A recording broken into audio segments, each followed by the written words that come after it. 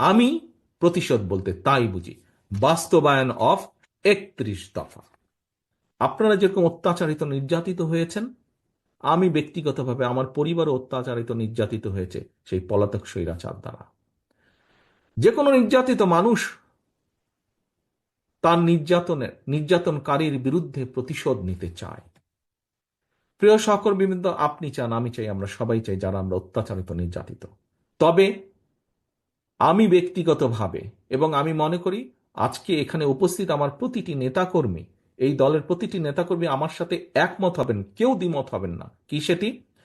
আমরা প্রতিশোধ নিতে চাই, আমি প্রতিশোধ নিতে চাই এই 31 দফাকে বাস্তবায়ন করার মাধ্যমে।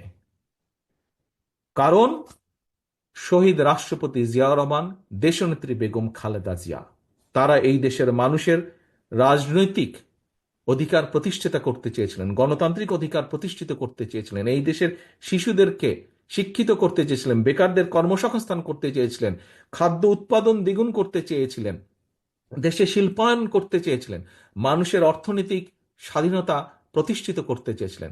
সেই কাজগুলোতে বাধা দেওয়া হয়েছে।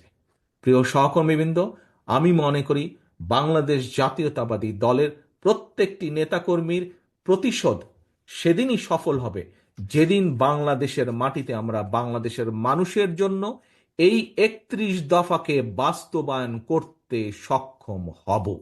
একমাত্র সেদিনই আমরা অগণতান্ত্রিক যে অশুভ শক্তি যারা বাংলাদেশকে দাবিয়ে রাখতে চায় তাদের বিরুদ্ধে আমাদের প্রতিশোধ সফল হবে।